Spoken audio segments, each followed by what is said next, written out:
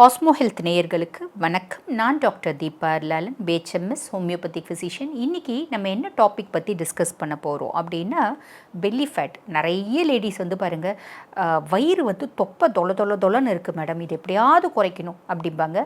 ஒரு சிலர் வந்து பாருங்கள், உடம்பே வெயிட் இருக்கும், ஆளே வந்து நல்ல ஆஜோனுபவமாக நல்ல வெயிட்டாக இருப்பாங்க, ஸோ வயிறும் இருக்கும். ஒரு சிலருக்கு வந்து பார்த்திங்கன்னாங்க, ஆள் வந்து ரொம்ப ஒல்லியாக தான் இருப்பாங்க, வயிறு மட்டும் தொப்பை மட்டும் ரொம்ப பெருசாக இருக்கும். இதுதான் வந்து பார்த்திங்கன்னா சென்ட்ரல் ஒபிசிட்டி அப்படிம்பாங்க. ஒரு சிலருக்கு வெயிட் ஏறினாலே ஃபேஸும், அதாவது முகமும் வயிறும் மட்டும் ஏறும், அதை சென்ட்ரல் ஒபிசிட்டி அப்படிம்பாங்க. ஒரு சிலருக்கு வெயிட் ஏறினா உடம்பு, அதாவது வயிறு முகம் நார்மலாக இருக்குங்க, கை நல்ல இவ்வளோ பெருசாக இருக்கும், கால் இவ்வளோ பெருசாக இருக்கும், இதை பெரிஃபரல் ஒபிசிட்டி அப்படிம்பாங்க. கண்ணம் வந்து ஒட்டியே இருக்கும். ஸோ இந்த பெரிஃபரல் ஒபிசிட்டி அவ்வளோ ப்ராப்ளம் இல்லைங்க. பெரிஃபரல் ஒபிசிட்டி அப்படின்றது ஒரு சாதாரண விஷயம் தான், அதை பயப்பட வேண்டியதில்லை. இந்த சென்ட்ரல் ஒபிசிட்டி கொஞ்சம் காம்ப்ளிகேஷன். ஏன் அப்படின்னா, டயபெட்டிக், ஹார்ட் ப்ராப்ளம் இதெல்லாம் வர்றதுக்கு கொஞ்சம் சான்ஸ் இருக்குது. 100%ல் கொஞ்சம் சான்ஸ் இருக்குது. அப்போ நீங்கள் சென்ட்ரல் ஒபிசிட்டியாக இருந்தால் உங்களுக்கு இந்த வயிறு வந்து பொலன்னு இருக்குங்க, வயிறு ரொம்ப பெருசாக இருக்கும், தொப்பை பெருசாக இருக்கும். ஓகேங்களா? அதுவும் சிலர் வந்து என்ன சொல்லுவாங்கன்னா, மேடம் குழந்தை பிறந்துச்சு மேடம், குழந்தை பிறந்த பின்னாடி இந்த வயிறு வந்து கட்டாமல் விட்டுட்டாங்க, அதனால் பெல்ட் போடாமல் விட்டுட்டாங்க, அதனால் எனக்கு வயிறு பெருசாயிடுச்சு அப்படிம்பாங்க.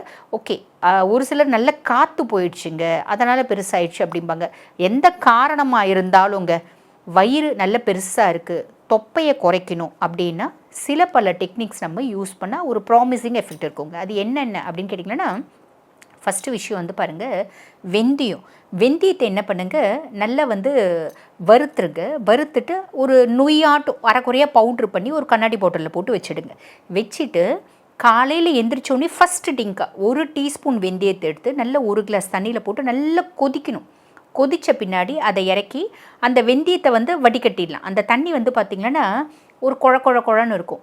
அதை வந்து நம்ம குடிக்கும்போது என்ன ஆகுனா, அந்த அதை குடிச்சிட்டு அந்த வெந்தயத்தை முழுங்கிடுங்க.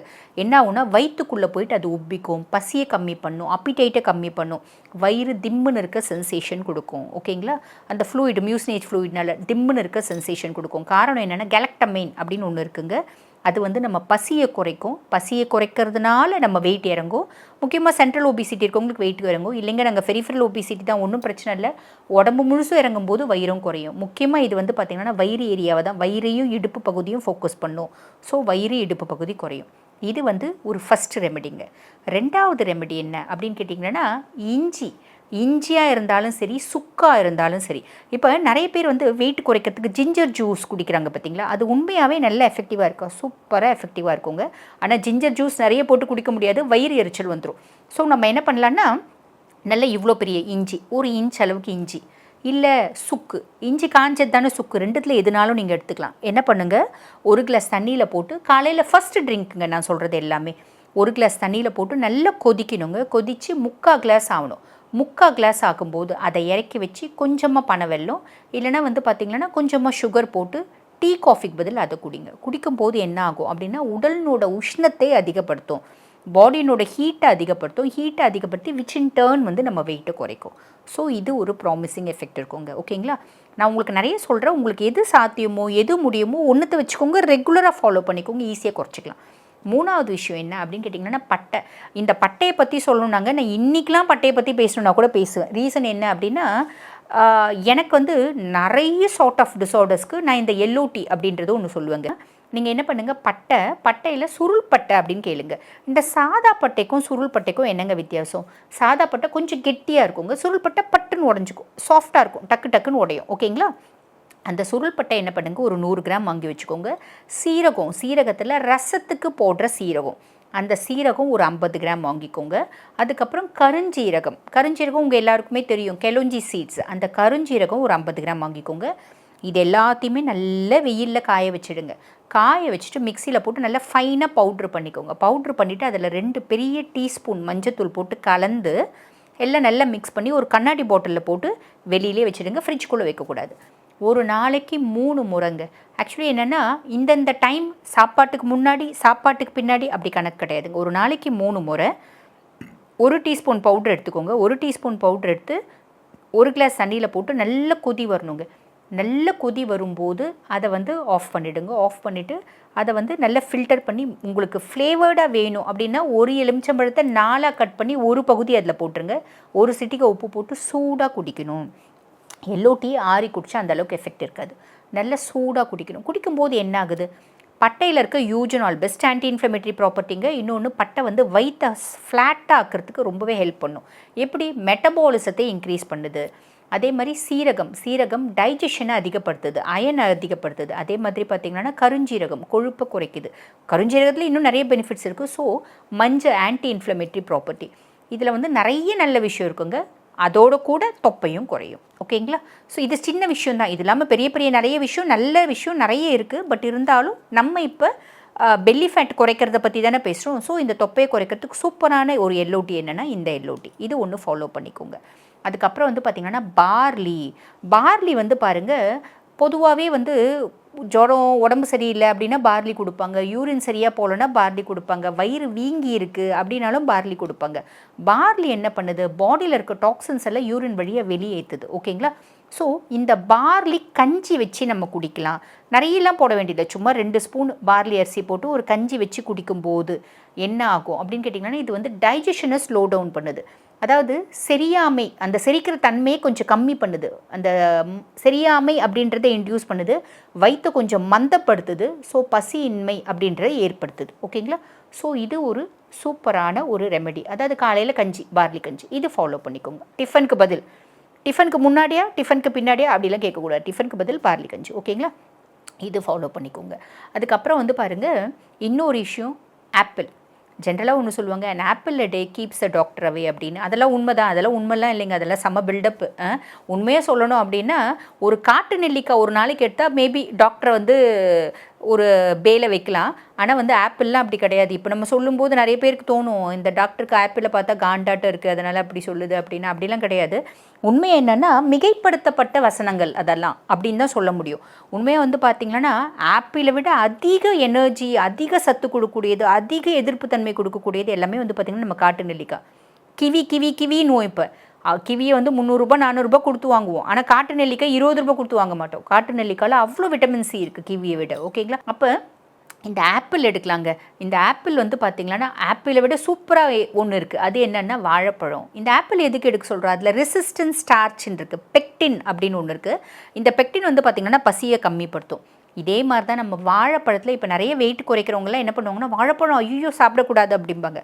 ஆனால் வாழைப்பழத்தில் ரெசிஸ்டன்ஸ் ஸ்டார்ச் இருக்குங்க. அது வந்து பார்த்திங்கன்னா வாழைப்பழத்தை பழமாக எடுக்கக்கூடாது.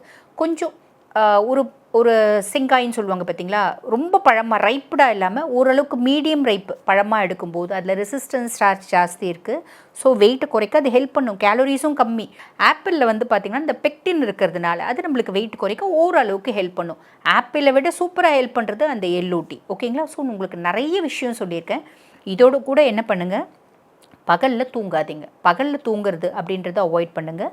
முடியும் அப்படின்னா நம்ம வந்து நிறைய டயட் ஃபோக்கஸ் பண்ணோம் அப்படின்னு அவசியம் இல்லைங்க. நம்ம நிறைய டயட் ஃபோக்கஸ் பண்ண என்ன ஆகும்னா, அடுத்து விரித்தனமாக சாப்பிடுவோம். 3 நேரமும் சாப்பிடுங்க, எல்லாமே சாப்பிடுங்க. இப்போ பெரிய பெரிய செலிப்ரிட்டிஸ்லாம் வந்து பார்த்திங்கன்னா, நான் ரீசெண்டாக வந்து ஒரு இந்த மலையாளி ஸ்டார் இருக்கார் பார்த்திங்களா, மம்முட்டி, அவரோட இன்டர்வியூ பார்த்தேன். அவர் என்ன சொல்லியிருந்தாருன்னா, நீங்கள் எப்பயோ நான் ரொம்ப சின்ன வயசுலேருந்தே அவர் அப்படியே தான் இருக்கார். எப்படி நம்மளுக்கு வயசாகுது, அவருக்கு வயசே ஆக மாட்டேங்குது. அப்போ அந்த ஆங்கர் கேட்குறாங்க, எப்படி நீங்கள் எப்பயும் இப்படி இளமையாகவே இருக்கீங்க, அப்படி எதுவுமே சாப்பிட மாட்டிங்களா அப்படின்றதுக்கு அவர் ஒரு வார்த்தை சொன்னார், நான் எல்லாமே சாப்பிடுவேன், கொஞ்சம் சாப்பிடுவேன் அப்படின்னாரு. இதை வந்து பார்த்திங்கன்னா நிறைய செலிப்ரிட்டிஸ், நம்ம தேவயானி மேம் முதல் கொண்டு, கமல் சார் முதல் கொண்டு நிறைய பேர் சொல்லியிருக்காங்க. ஸோ எதையுமே ஒதுக்கி வைக்காதீங்க, எல்லாமே எடுங்க, லிமிட்டாக எடுங்க. அப்போ வந்து பார்த்திங்கன்னா நம்மளுக்கு அந்த வெறித்தனமாக சாப்பிட்ணும் அப்படின்ற கிரேவிங்ஸ் வராது. இன்னொன்று நியூட்ரிஷனல் இம்பேலன்ஸ் அப்படின்றது நம்மளுக்கு வந்துடாது. அதாவது சாப்பாடே சாப்பிடாம பட்னி கிடக்கிறது, இதை முழுசும் அவாய்ட் பண்ணிடுறது. அப்போ போதுமான நிறைய சத்துக்கள் நம்மளுக்கு கிடைக்காமே போயிடும். அகைன் இந்த வயிற்றை குறைக்கிறவங்களாம் என்ன பண்ணுவாங்கன்னா, எண்ணெயே எடுக்க மாட்டாங்க. எண்ணெயே எடுக்கலனா என்ன ஆகுங்க, நம்ம உடம்புல வந்து பார்த்திங்கன்னா water soluble vitamins, fat soluble vitamins அப்படின்றது இருக்குது.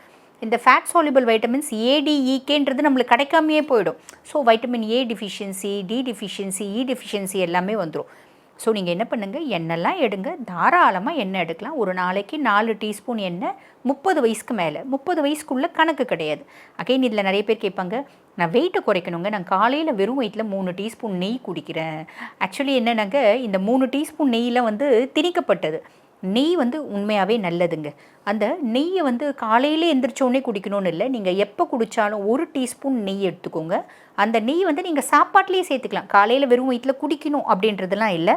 அகைன் வந்து பாருங்கள், இந்த மாதிரி நிறைய விஷயங்கள் திணிக்கப்பட்டது நெய்க்கு அப்படின்னு நிறைய நல்ல விஷயம் இருக்குங்க. சாப்பாட்லேயும் நீங்கள் எடுத்துக்கோங்க. இட்லி சாப்பிட்றீங்கன்னா இட்லிக்கு இந்த பொடிக்கெலாம் நெய் தொட்டுன்னு சாப்பிடுவாங்க. இப்போ நாங்கள் சின்ன வயசுலலாம் இருக்கும்போது பொடிக்கு நெய் ஊற்றிட்டு சாப்பிடுவோம். இட்லிக்கு சக்கரை வச்சு அந்த சர்க்கரைக்கு நெய் ஊற்றி சாப்பிடுவோம். இதெல்லாம் எங்கள் பாட்டிலாம் வந்து இன்ட்யூஸ் பண்ணது, அந்த நெய் வந்து சாப்பிட்ணும் அப்படின்றதுக்காக. ஸோ அவாய்ட் பண்ணணுன்ற அவசியம் இல்லை.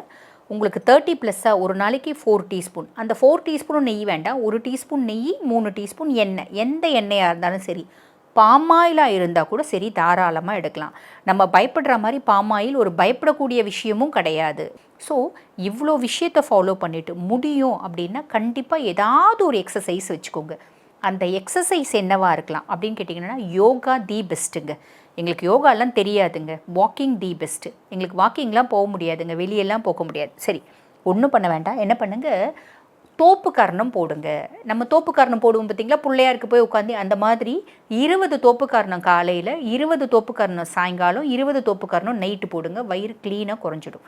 இத்தனை விஷயம் இருக்குங்க நம்ம பெல்லி ஃபேட்டை குறைக்கிறதுக்கு. உங்களுக்கு நான் நிறைய சொல்லியிருக்கேன். இதில் உங்களுக்கு எது பாசிபிளோ, எது உங்களுக்கு முடியுமோ அதை தொடர்ந்து ஒரு 3 மந்த்ஸ் செய்யுங்க. ஆட்டோமேட்டிக்காக உங்கள் பெல்லி ஃபேட் ஏறக்குறைய ஒரு 2 இன்ச்சஸ்க்கு மேலே, நியர்லி 3 இன்ச்சஸே குறைஞ்சிடும். ஸோ இந்த பதிவு உங்களுக்கு பயனுள்ளதாக இருக்கும்னு நினைக்கிறேன். இதே மாதிரி இன்னொரு பதிவில் உங்களை சந்திக்கிறேன். தேங்க்யூ.